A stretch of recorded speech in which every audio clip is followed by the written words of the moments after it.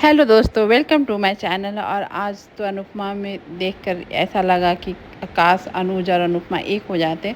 यहाँ मेहंदी की सब रस्में हो रही थी। यहाँ पर नींबू और शक्कर लाकर काव्या दी किलो लगा लो, तो यहाँ पर आ गया तो टीटू बोलता है कि दीजिए मैं लगा देता हूँ, और बोलकर वो अपनी बातें कहना चाहता है। तो यहाँ पर डिब्बी बोलती है अभी कोई नहीं है, जल्दी बोलो जो बोलना है फटाफट। और वो बहुत कोशिश करता है बोलने के लिए कि मैं डिम्पी को सारी बातें बता दूँ अपने पास्ट के बारे में, अपने माँ बाप के बारे में।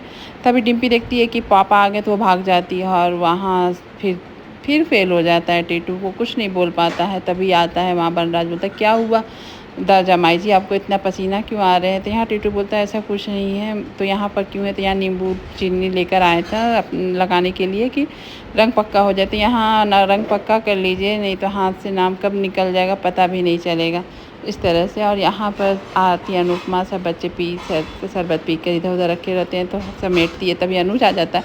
अनुज बनराज का बातें कर रहा था कि वो जिस तरह से टोंट करता बातें करता है, तो मैं भी कॉलेज वाला अनुज बनकर उसकी सब सवालों का जवाब दे सकता हूँ। या अनुपमा बोलती है मैं भी मन करता है कि मैं अपने 5 पन्नों के भाषण तैयार करके दे दूँ उनको।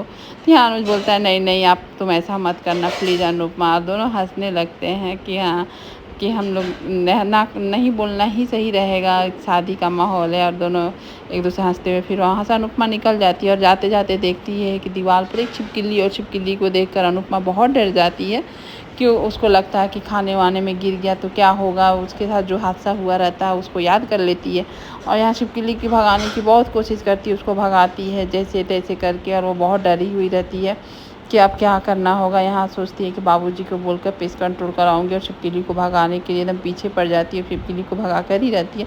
यहाँ पर आप तोसू को देख सकते हैं कि तोसू बेशरम के जैसे अपना एंजॉय कर रहा है घर में बैठकर, और ये देख रही होती है किंजल। किंजल देख कर उसको बहुत मन ही मन इतना गुस्सा आता है कि वो क्या ही करे। फिर भी उससे बोलती है कि तुम सब बेशरम अपना वहाँ से यूएसए से पैक करना, शर्म और लिहाज अपना यूएसए से पैक करना भूल चुके थे क्या? जो लाए नहीं तो क्या हुआ? यहाँ अनुसर के पीछे, वहाँ तो पीछे पीछे घूमते थे, यहाँ अनुसर को ना इज्जत दे रहे हो, ना रिस्पेक्ट कर रहे हो, ना उनसे मिल रहे हो। तो यार अनुज होता कौन है? मैं सोचता था कि मम्मी पीछे पड़ी थी, यही अपने फंसने के लिए जुगाड़ लगाकर यहाँ आ गया है, और अपनी बेटी को भी साथ लाया है। यहाँ पर ये सुनकर किंजल को अच्छा नहीं लगा। आँख से आंसू, पता तो एक घरियाली आंसू मेरे सामने मत रखो, मुझे नहीं पसंद है। मम्मी को देख देख कर मुझे आदत हो गई है, और ये अधेड़ वाला प्यार तो मुझे समझ में नहीं आता है हो क्या रहा है। अधेड़पंती वाला प्यार, मुझे ये लोग का तमाशा ही तो देखना था। यहाँ पर किंजल बोलती है कि तुम सुधर जाओ, नहीं तो मुझे तुमको सबक सिखाने और तुमको अगला एक्शन लेने में मुझे टाइम नहीं लगेगा। तो बोलता धमकी दे रही नहीं, मैं धमकी नहीं दे, तुम्हारे में मूर्खता, अधूरता, बेशर्मी तो कोई ला नहीं सकता ना, वो तो अपने आप को बदलना होता है। तुम बदल जाओ सही रहेगा। यहाँ अनुपमा घबराई हुई खड़ी है, सोच रही होती है कि कैसे ये सब हटे। तभी आ जाती है किंजल, पूछती है मम्मी क्या हुआ, आप ठीक हैं, आपका तबीयत ठीक है? तो यहाँ अनुपमा बहाना बना देती है नहीं मैं ठीक हूँ बेटा, सब सही है, कुछ ऐसा नहीं है। लेकिन किंजल को शक होता है, बार बार वो अनुपमा से पूछती है। तो अनुपमा बोलती नहीं यहाँ गर्मी है ना, तो गर्मी की थोड़ा आदत हट गई इसलिए ऐसा लग रहा है। और यहाँ पर श्रुति बहुत परेशान है कि वो फ़ोन नहीं आया, फ़ोन को लेकर कि आप ये अनुपमा और अनुज क्या कर रहे होंगे, छोटी क्या फ़ोन क्यों नहीं कर रही है आदिया। और वो पहले की बातें याद कर रही होती है कि अनुज अनुपमा के साथ रहेंगे तो पास आ जाएंगे, और वो घबराए रहती है कि अभी फ़ोन क्यों नहीं कर रही है आदिया, क्यों नहीं बता रही है। जबकि वो 5 मिनट ही हो रहा है, लेकिन उसको सब्र नहीं हो रहे होते हैं। और यहाँ पर अनुपमा आती है और देखती है कि पाखी बैठकर अकेले में चुपचाप बैठी है, तो उसको समझाने की कोशिश करती है, लेकिन पाखी और तोसू को तो समझाना ना समझने के बराबर है। जैसे वो बोलती है आप मेरे बीच में मत पड़े, आप आपके समय बेशरम नहीं हो, सबको आंसू कर खून के आंसू रुला कर यहाँ एंजॉय करूँगी। मेरे बारे में कोई नहीं सोचता है, सब डिम्पी डिम्पी करता है, मेरे बारे में कौन सोचता है? यहाँ पर अनुपमा बोलती है तुम्हारे बारे में तो हर फैमिली सोचता है, तुम इतना कुछ कर चुकी हो, लेकिन फैमिली तुमको अपने पास रखा, और क्या सोचेगा तुम्हारे बारे में? तुम एक नंबर की गधेड़ी हो, तुमको सोचना चाहिए कि तुम क्या करना है। तुम तो यहाँ पर तुम कुछ समझ नहीं पा रही हो। और यहाँ पर अनुपमा को सब ज़बरदस्ती बोलते हैं मेहंदी लगा लो, मेहंदी लगा लो। यहाँ डिम्पी बोलती है मम्मी मेरी शादी है, थोड़ा तो लगा लीजिए। यहाँ पर देखिए छोटी को कैसे इस तरह से देविका मेहंदी लगाई रहती है, और मेहंदी वाली पूछती है कि आपका पति का नाम बताइए मैं लिख दूँ। तो वहाँ अनु चुपचाप खड़ा होता है, और यहाँ पर आ जाता है बनराजा, बोलता है अरे यार लिख दीजिए ना अनुज।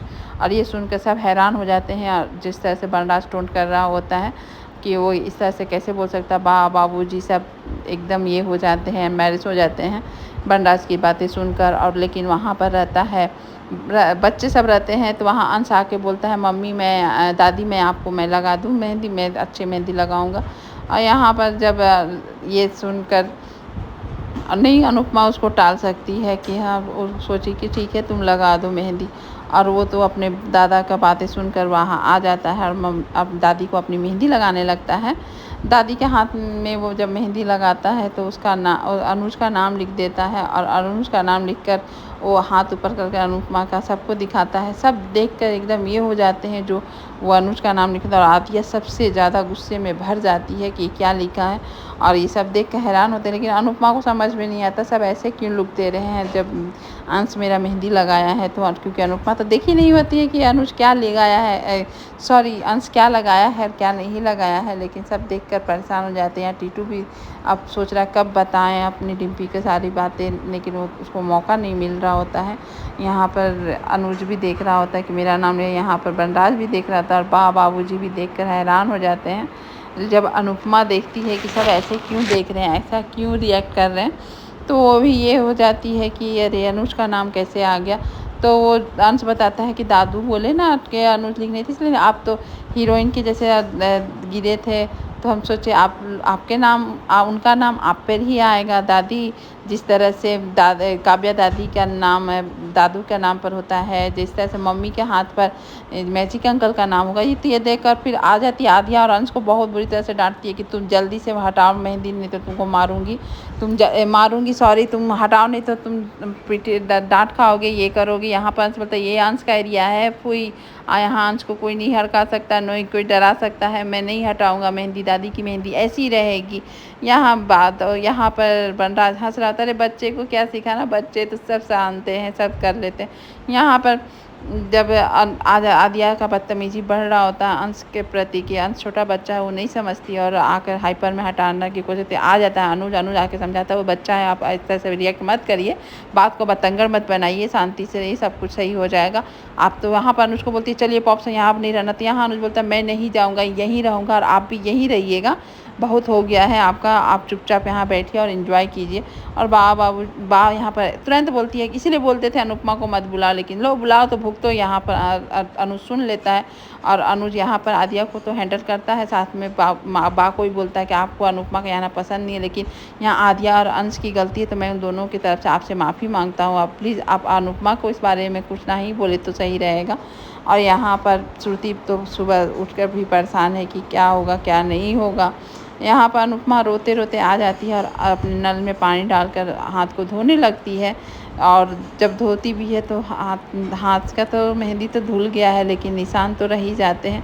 और वो देखकर भी वो भी डर जाती है कि ये निशान तो हटे नहीं, और वो खूब रोने लगती है। तभी आ जाता है वहाँ पर बनराज, और देखिए बनराज का फिर से वही टोंट, वही गाने कि तेरे नाम लिख दिया ज़िंदगी, इस तरह से। और यहाँ टोंट दे रहा है अनुपमा, फिर उसको जवाब देती है और बोलती है अरे आपका सर पर ताज कहाँ है, जो रहता फैलाने वाले ताज होते हैं वो आप ही पर सूट करते हैं। तो यहाँ पर बनराज बोलता है अरे तुम्हारा बेशर्मी वाला ताज भी तो नहीं दिख रहा है, तुम बेशरम वाले ताज तुम्हारा भी कहाँ है। तो ये सुनकर अनुपमा भी चुप रहती है, बोलती है आपके ये सब सवालों का जवाब मैं देना ज़रूरी नहीं समझती हूँ, तो आप क्यों ये सब करते हरकतें, लेकिन बच्चे के सामने कुछ भी बोलेंगे तो मैं चुप नहीं रहूँगी आपको जवाब देने से, और आपको जवाब दूँगी अच्छी तरह से, तो आप प्लीज़ सुधर जाइए, उसी में भलाई है सबकी। और यहाँ बोलकर अनुपमा चल जाती है, लेकिन बनराज का जो टोन चलता है मुझे तो सबसे ज़्यादा पसंद है। आप बताइएगा आपको क्या पसंद है। आज श्रुति परेशान है कि फ़ोन क्यों नहीं उठा रही है, आदिया फ़ोन क्यों नहीं, आदिया का तो मेहंदी लगा हुआ है वो कैसे उठाए, लेकिन यहाँ पर परेशान है श्रुति क्या बात है फ़ोन नहीं उठाए। तब तक आदिया का वीडियो कॉल आ जाता है, श्रुति खुश हो जाती है और आदिया बात कर रही होती है, देविका उसका फ़ोन होल्ड कर रखी हुई है। दोनों बात करते करते उसके बाद वो अनुपमा को देखकर अनुपमा के खिलाफ वो टोंट करना शुरू कर देती है आदिया, क्या मैं आऊँगी तो आप पॉप्स की मेहंदी में अच्छा डिज़ाइन लगवाना, ये करना, मैं मेहंदी लेकर आऊँगी आपकी शादी के लिए, दिस डेट वो सब सुनाने लगती है। और वो सब समझ रहे होते हैं वहाँ के लोग कि आदिया, लेकिन आदिया ऐसा करते करते उसका हाथ बल्ब जलते हुए बल्ब पे पड़ता, तो वो आ जाती है अनुपमा उसको बचाने के लिए, उसको बचा लेती है। तभी अनुपमा का स्क्रीन पर जाता है, देखती है कि श्रुति जी को हेलो हाय करती है उसी यहाँ से, तो वहाँ अनुज का नाम लिखा होता है। श्रुति देख लेती है। फिर अनुपमा को या ये होता है कि आभास होता है कि श्रुति देखिए, तो बोलती गलती से लगाती है। श्रुति बोलती है हाँ आपको गलती से ही लगा होगा। आज का वीडियो बस इतना ही।